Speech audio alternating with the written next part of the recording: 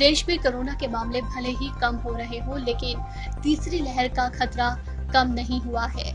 तीसरी लहर को लेकर चिंता बढ़ी हुई है। इसी के साथ ही अब गृह मंत्रालय के निर्देशन में गठित national institute of disaster management के विशेषज्ञों की कमेटी ने भी बेहद चौंकाने वाली रिपोर्ट पेश की है।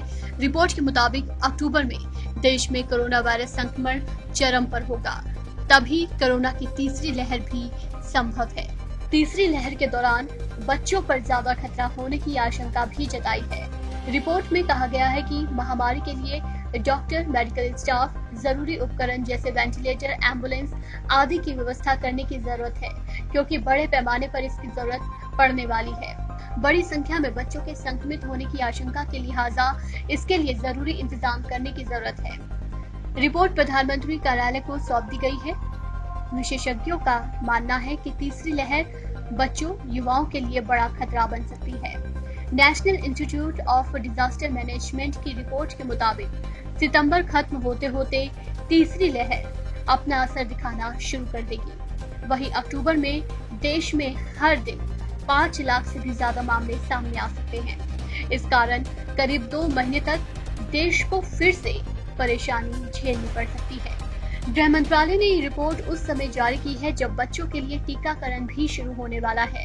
रिपोर्ट में कहा गया है कि बच्चों के बीच प्राथमिकता के आधार पर टीकाकरण करना होगा। इसके साथ ही कमेटी ने कोविड वार्ड को फिर से इस आधार पर तैयार करने की सलाह दी है, जिससे बच्चों के परिजनों को भी साथ रहने की अनुमति मिल सके। रिपोर्ट में गंभीर रूप से बीमार और विकलांग बच्चों को प्राथमिकता के आधार पर वैक्सीनेशन पर विशेष ध्यान देने की बात कही गई है।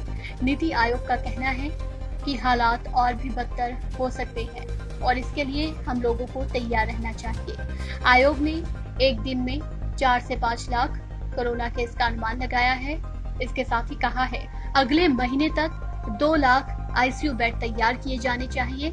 इनमें वेंटिलेटर के साथ 1.5 लाख आईसीयू बेड, 7 लाख बिना आईसीयू अस्पताल के बेड, इनमें से 5 लाख ऑक्सीजन वाले बेड और 10 lakh Covid isolation care bed होने चाहिए।